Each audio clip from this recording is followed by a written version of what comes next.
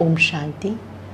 आज 9 अगस्त 2025 के साकार मधुर महावाक्य हैं और आज है रक्षाबंधन का पावन त्योहार। आप सभी को रक्षाबंधन के पावन पर्व की बहुत बहुत बधाई हो, बधाई हो। रक्षाबंधन का पावन पर्व हम सबको ये स्मृति दिलाता है कि इस समय हर एक आत्मा को स्वयं की विकारों से रक्षा करनी है। जो स्वयं का रक्षक है वही विश्व रक्षक बन सकता है और ये रक्षा बहुत ही आवश्यक है। इस समय काम, क्रोध, लोभ, मोह, अहंकार, आलस्य, अलबेलापन, overthinking, negative thinking, waste thinking चारों तरफ से जोरों पर है। हम सब इतने पावरफुल बन जाएं कि इनका हम पर असर ना पड़े। खुद को खुद प्रोटेक्ट करना होगा। जो स्वरक्षक है वही दूसरों की मदद कर सकता है। बहनें भाइयों को राखी बांधती हैं। आत्मा रूप में हम सब भाई भाई हैं। जो तिलक है ये आत्मिक स्मृति का तिलक है, विजय का तिलक है, बीती बातों को बिंदु लगाने का तिलक है। जो मिठाई है ये मधुरता की मिठाई है। इस मुख से सदा सबको मधुर बोल बोले। जो गिफ्ट दी जाती है वो बहुत सुंदर चीज़ है कि हमें परम पिता परमात्मा को अपनी कोई भी कमी कमज़ोरी सदा काल के लिए दे देनी है। हर एक को अपना पता है मेरी कौन सी कमज़ोरी मुझे भी दुख देती है, दूसरों को भी दुख देती है।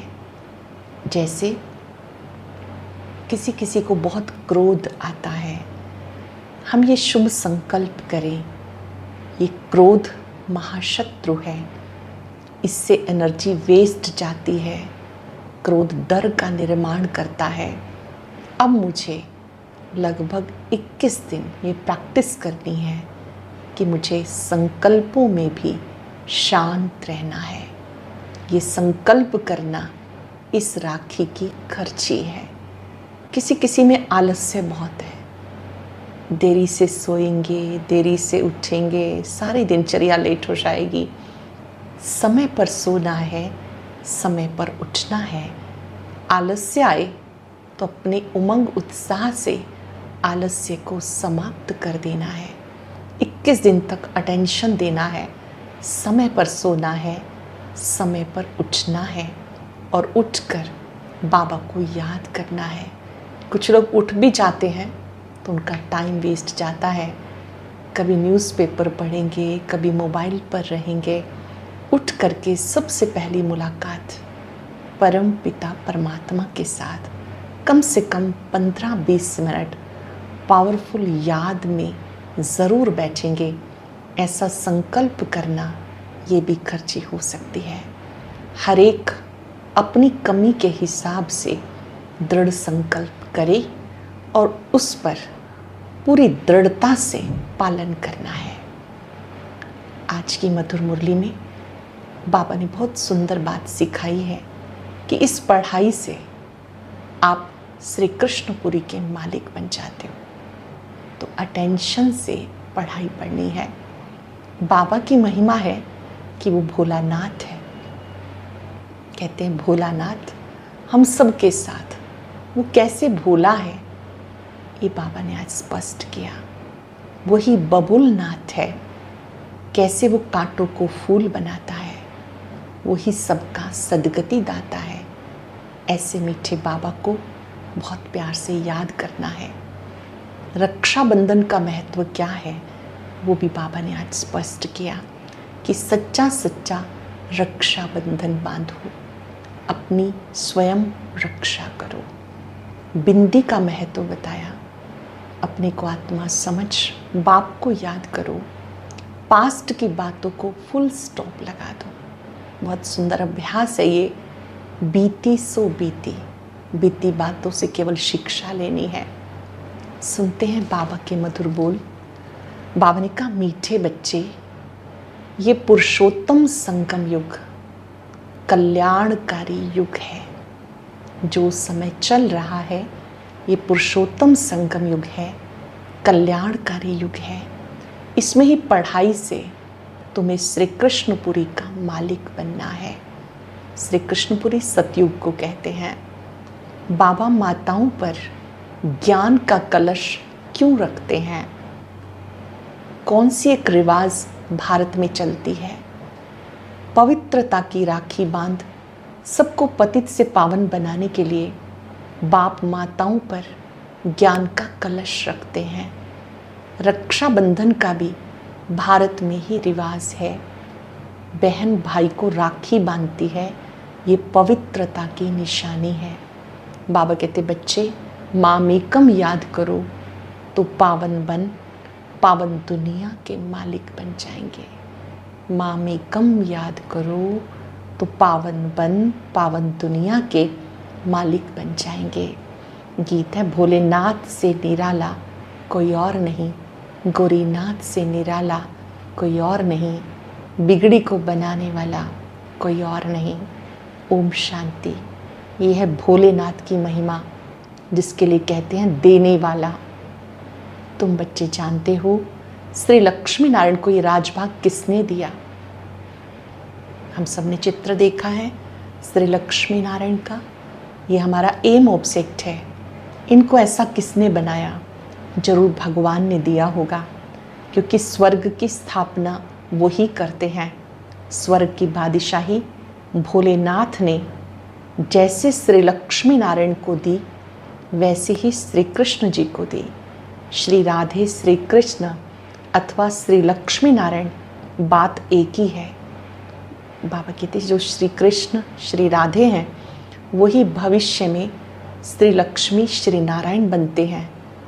उनको ये राजाई शिव परम पिता परमात्मा ने दी। जब संगम पर वो पिता श्री ब्रह्मा और सरस्वती के रूप में है, तब उन्होंने तप किया, शिव भोलेनाथ से वरदान प्राप्त किया, ज्ञान प्राप्त किया। शिव पिता ने ब्रह्मा के श्रीमुख से ये ज्ञान की बातें स्पष्ट की। सिवाय परम पिता परमात्मा के और कोई राज्य दे नहीं सकता। श्री कृष्ण श्री राधे यही श्री लक्ष्मी नारायण बनते हैं। ये लक्ष्मी नारायण नई दुनिया के मालिक। इनके आगे इन्हें परम पिता परमात्मा ने राजयोग सिखाया, जिस पुरुषार्थ की प्रारब्ध फिर नए जन्म में मिलती। इनका नाम है कल्याणकारी पुरुषोत्तम संगम युग। जो समय चल रहा है इस सृष्टि पर, ये बहुत सुंदर समय है। इसको कहते कल्याणकारी संगम युग। जरूर बहुत जन्मों के अंत के जन्म में इनको कोई ने राजयोग सिखाया होगा। कलयुग में है अनेक धर्म, सतयुग में था एक देवी देवता धर्म। संगम पर कौन सा धर्म है जिससे ये पुरुषार्थ कर राजयोग सीखे और सतयुग में प्रारब्ध भोगी? समझा जाता, संगम युग पर ब्रह्मा द्वारा ब्राह्मण पैदा हुए। चित्र में भी ब्रह्मा द्वारा स्थापना। त्रिमूर्ति का चित्र है, ब्रह्मा द्वारा स्वर्ग की स्थापना, शंकर जी के द्वारा पुरानी दुनिया का परिवर्तन, विष्णु जी के द्वारा पालना। श्री कृष्ण की आत्मा बहुत जन्मों के अंत में फिर ये ब्रह्मा बनती है। 84 जन्म लेते हैं ना, ये 84वां जन्म है। इनका फिर ब्रह्मा नाम रखते, नहीं तो ब्रह्मा कहाँ से आया? ईश्वर ने रचना रची तो ब्रह्मा विष्णु शंकर कहाँ से आए? कैसे रचा? क्या छू मंत्र किया जो पैदा हो गए? हम सब जानते हैं परमात्मा ने कैसे स्थापना का कार्य शुरू किया। निराकार शिव ने ब्रह्मा मुख से ज्ञान दिया। जिन्होंने ज्ञान सुना, जीवन में धारण किया, वो ब्राह्मण कहलाए। उन्हें द्विज कहते हैं। वही ब्राह्मण रेगुलर पढ़ते हैं, संस्कार परिवर्तन करते हैं, तो नई दुनिया में जाने के योग्य बन जाते हैं। ब्राह्मण ही देवता बनते हैं। राजयोग सिखाया निराकार शिव ने, सीखा ब्राह्मणों ने, ब्रह्मा ने, वो ही जाकर देवी देवता बनते हैं। ब्रह्मा नाम शिव बाबा ने दिया। शिव बाबा ब्रह्मा मुख से समझाते। अर्जुन का भी नाम किसी को पता नहीं, जो ओटे सो अर्जुन। इस समय ब्रह्मा बाबा मुख्य रूप से अर्जुन है और उनके साथ ब्राह्मण। ब्रह्मा और ब्राह्मणों का वर्णन कहीं भी नहीं है। ये बातें बाबा समझाते। सब बच्चे सुनेंगे, फिर बच्चे औरों को समझाएंगे। कथा सुनकर औरों को बैठ के सुनाते हैं। तुम भी सुनते हो फिर सुनाते हो। ये पुरुषोत्तम संगम युग है, लीप युग है, एक्स्ट्रा युग है। पुरुषोत्तम मास पड़ता है तो 13 मास हो जाते हैं। इस संगम युग के त्योहार को तुम बच्चे ही जानते हो। इस पुरुषोत्तम संगम युग का किसी को पता नहीं। इस संगम युग पर बाबा आकर पवित्र बनाने की प्रतिज्ञा कराते हैं। रक्षाबंधन मना रहे हैं आज हम सब। पवित्रता की राखी, सच्ची राखी है। बहन भाई को राखी बांधती है, वो कुमारी फिर अपवित्र बन जाती।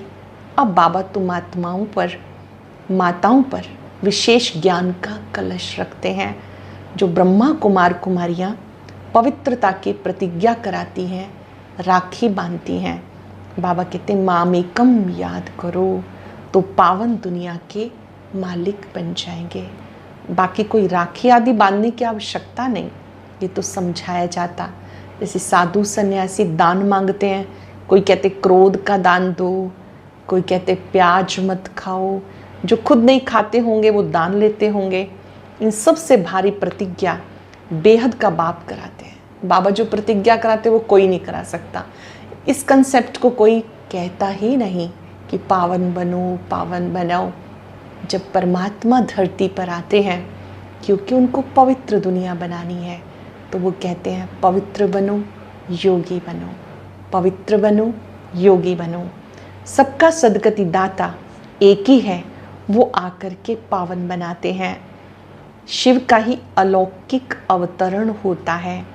वो स्वयं परिचय देते हैं, मैं साधारण तन में आता हूँ, शरीर का आधार लेता हूँ, मैं ज्ञान सागर हूँ, पतित पावन हूँ, राजयोग सिखाने वाला हूँ। बाबा ही स्वर्ग का रचयिता है, नरक का विनाश कराते हैं। जब स्वर्ग है तो नरक नहीं, अभी पूरा रौरव नरक है। जब बिल्कुल तमो प्रधान बन जाते तब बाबा आते हैं सतो प्रधान बनाने। तुम्हें विचार सागर मंथन कर भाषण करना है। जो जो बातें बाबा समझाते हैं इसका मनन करना है, औरों को सुनाना है, समझाना है। हर बात का अर्थ होता है। ये बातें बाबा समझाते हैं। श्री कृष्ण जी का चित्र दिखाते हैं। एक चित्र है जिसमें श्री कृष्ण जी के हाथ में स्वर्ग का गोला है, नरक की तरफ लात मार रहे हैं। बाबा कहते हैं ये इस समय का यादगार है, आपको जीते जी इस पुरानी दुनिया को भूल जाना है। नई दुनिया की स्थापना हो रही है, दिल में कितनी खुशी है। जानते हो श्री कृष्ण की आत्मा ने 84 का चक्र लगाया, फिर से नई दुनिया आ रही है। चित्र में दिखाया पुरानी दुनिया को लात मार रहे हैं और नई दुनिया हाथ में है। अब तुम पढ़ रहे हो, इसलिए कहा जाता फिर से नई दुनिया आ रही है। फिर से श्री कृष्ण जी आ रहे हैं, जो सर्वगुण संपन्न, 16 कला संपूर्ण, संपूर्ण निर्विकारी, मर्यादा पुरुषोत्तम है। हम भी वहाँ जा सके उसके लिए रोज पढ़ना होगा, ज्ञान को धारण करना होगा, संस्कार बदलने होंगे, तब हम उस नई दुनिया में जा सकते हैं।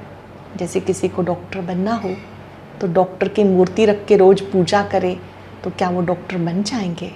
नहीं ना, पढ़ाई करनी पड़ेगी, वैसे सब्जेक्ट लेने होंगे।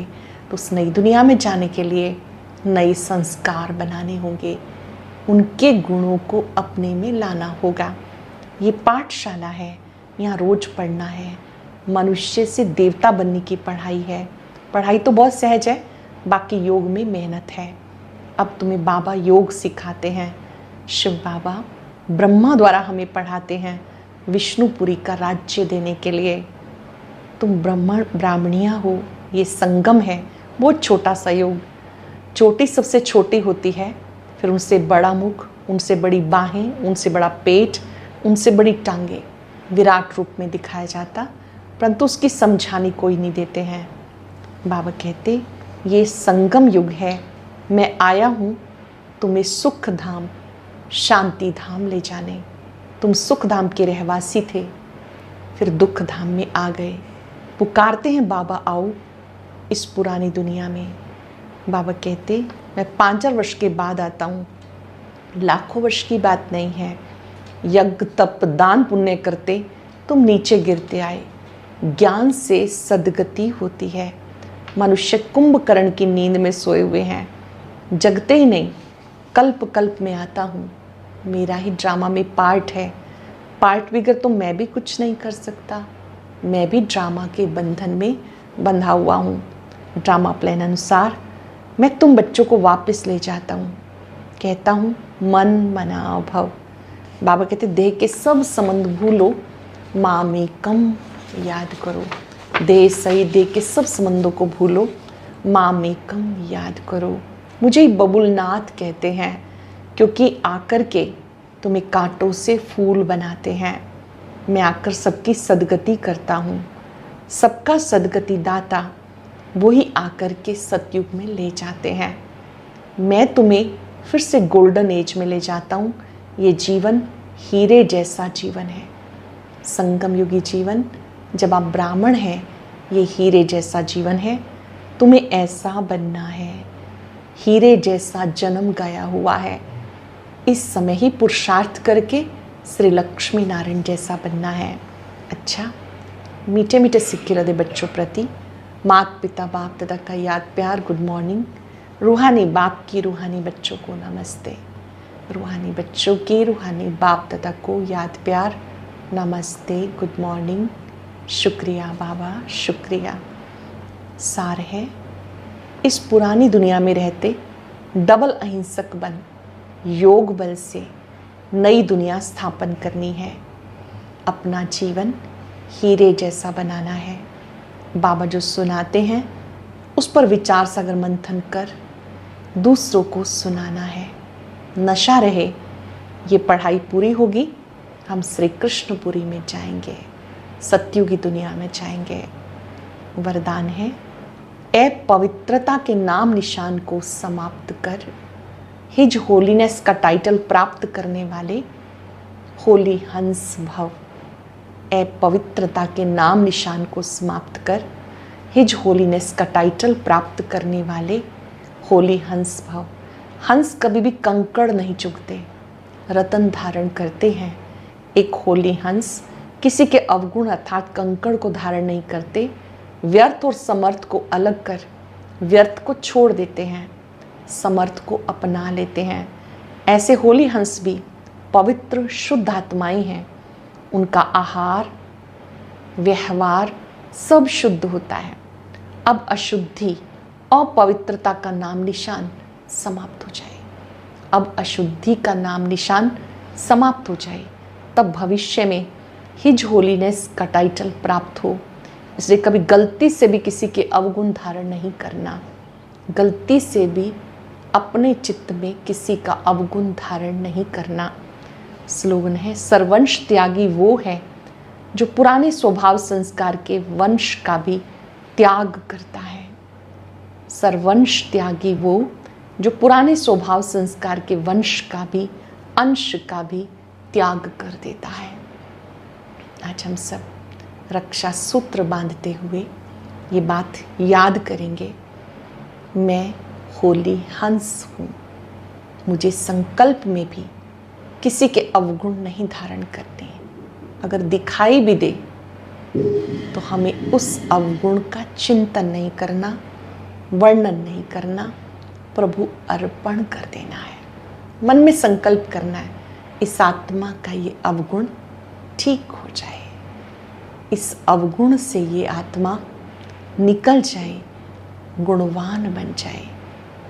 रक्षा सूत्र बांधते हुए अच्छे वाली खर्ची लेंगे। कोई भी शुभ संकल्प करना सच्ची खर्ची है। अनुभव करें, स्वयं सर्वशक्तिवान ने मेरी कलाई पर राखी बांधी है। मुझे दृष्टि देते हुए मुझसे वायदा लिया है। मीठे बच्चे, मन वचन कर्म से पावन बनो। अपने चित्त में गुण धारण करना, अवगुण नहीं। आप सच्चे होली हंस हो। गुण देखना, गुणों का ही वर्णन करना, अवगुणों का त्याग कर देना। मैं सदा तुम्हारे साथ हूं। गुणों के सागर बाबा से लाइट लें, जिससे बहुत सारे गुणों की वर्षा हो रही है।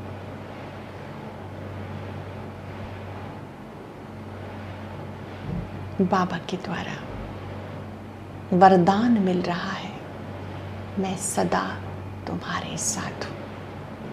आज पूरे दिन में अनेकों बार ये संकल्प रिवाइज करेंगे। सर्वशक्तिवान सदा मेरे साथ है। मैं गुणग्राही आत्मा हूं, होली हंस। महसूस करेंगे उनकी दृष्टि को, उनके वरद हस्त को। शुक्रिया बाबा, शुक्रिया, शुक्रिया। ओम